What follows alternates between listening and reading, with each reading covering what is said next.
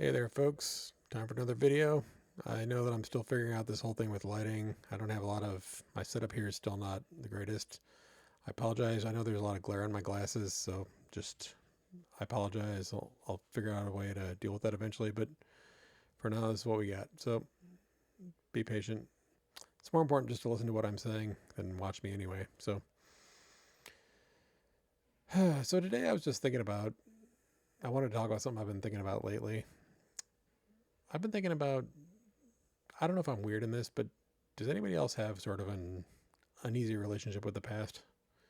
Because I feel like with me, it's sometimes hard for me to revisit the past, or it's like I sort of like I view my life in different stages, and like once I've moved past one stage, I kind of just want to leave it in the past and not revisit it. And I was thinking about why this is and why this would be, and I think maybe it's because change is emotionally difficult for me. I've noticed that there are a lot of things that people tend to know intellectually, but in practice, they tend to they tend to behave as though they weren't true. So, people say like, "Well, everything changes. Change is a part of life. It's inevitable." And intellectually, we might all know that, but it's like deep down, we kind of don't want it to be true a lot of the time. So we act as if nothing has changed. We pretend nothing changes, and that we hold on to this sort of vain hope that everything can be exactly as it always was, and that it didn't change, but just isn't the way it is. And I was just thinking about how I really don't keep in touch with any of my friends from school anymore. Like, in fact, I fell out of touch with most of them as soon as I left school. Like, not in touch with any of my grade school friends, high school friends, college friends. It's been almost 10 years since I got rid of my Facebook account, and that was the only contact I had with most of them. And that even that was just barely. It's kind of like once I pass a certain stage of life, I just kind of want to say, okay, that's done. Now, all the people and places from that stage of my life remain there.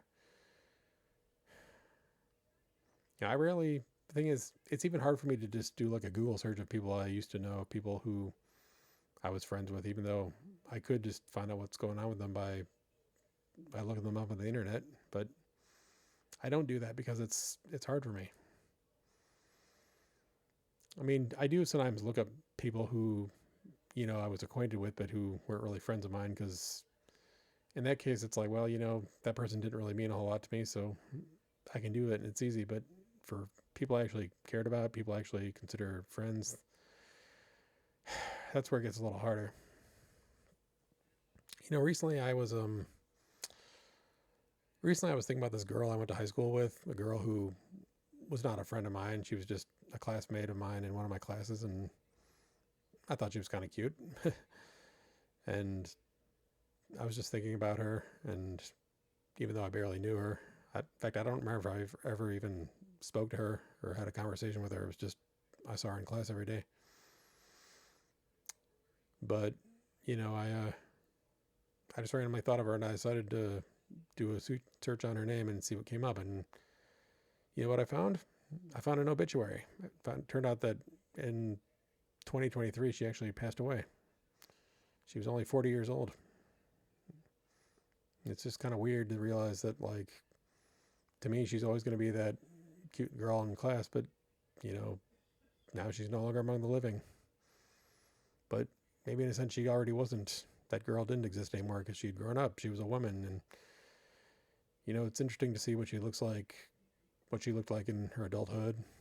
Find out what happened to her. Apparently, she got married, had a couple kids, and on the obituary page, there's all these photos of her that people uploaded, and all these comments of people talking about how much they loved her and how much she enriched their lives. And sounds like she had a really good life, which I'm happy about. I'm glad to know that it seemed like she turned out okay.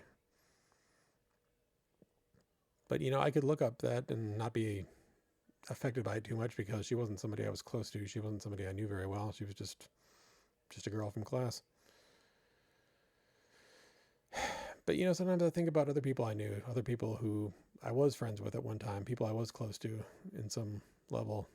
I think about looking them up and I'm like, I don't know if I can because, you know, I had a friend in college, let's give him a pseudonym. Let's call him Jake.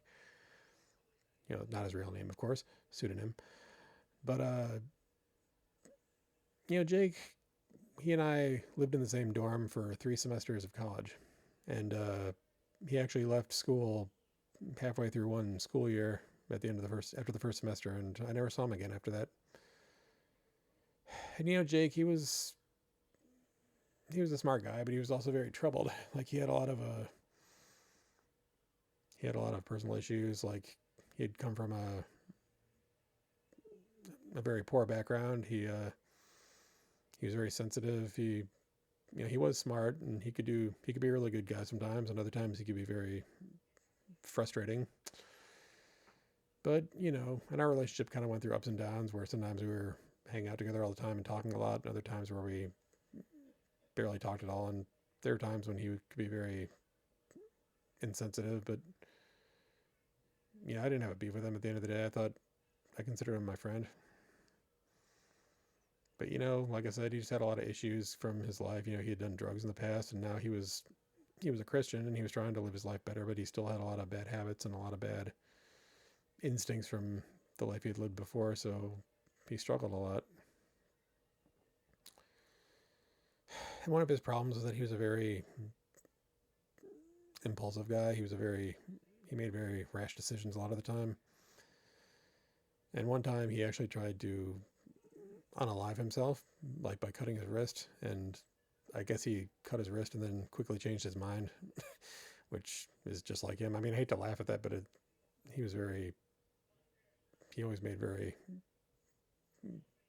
rash decisions, as I said before, like that are almost comically ridiculous. So, not that trying to unalive yourself is funny. I'm just saying, just the circumstances of how he tried to do it are kind of odd. But by the end of the last semester, we were in that dorm together. We had kind of grown apart, and I didn't even realize he wasn't returning until somebody else who knew both of us told me about it. But like I hadn't talked to him in a while, and even though he was just down the hall from me, and I didn't hear from him directly about why he was leaving. And it might have been because of money. It might have been because he had too many issues that he couldn't handle college emotionally anymore. I just don't know. So my memories of Jake are very, they're bittersweet. On the one hand, I remember a lot of good times we had, but I also remember a lot of troubling things that made me sad. And sometimes I think about Jake and I think, I remember what his middle name was, so I could definitely look up his full name and probably find out whatever became of him, but part of me just doesn't want to, because it's like, I fear the worst. I wonder, like, what if I find out that he's no longer alive? What if I found out that if he is alive, he's just not in a good place? Will that make my memories of him sadder? Will that make his story more tragic to me? Will that be hard on me emotionally? Like I remember back in the 90s, my father, he found out that an old friend of his, a friend who I don't think he had seen in years, died in a car accident. I remember it really affected him emotionally, even though, like I said, he hadn't seen this guy in a long time. And I wonder, like, if I found out that about one of my old friends, would that be hard on me too? I mean, a part of me would be like, well, I haven't seen the guy in 20 years, so, it is what it is. But I don't know. I guess it's like, I just look at that as part of my past and I want to leave it there. So I don't want to make memories of him any sadder than they have to be. I don't want it to be tragic. I don't know. Sorry. Anyway, I don't really know what my point is with all this. I guess I'm just wondering if other people are the same way, if other people struggle with this. And it's hard for me to maintain contacts with people because sometimes I feel like if I really maintain a friendship or relationship with somebody or contact with someone, it means I'm also taking on whatever emotional results come from, seeing the changes, seeing them become somebody who wasn't the person I originally used to know or was friends with. Maybe that's just too hard for me to deal with emotionally, all the change, even if I know intellectually that change is inevitable. Anyway, those are just some thoughts I had. So if you have any thoughts on this, feel free to leave a comment. Talk to you later.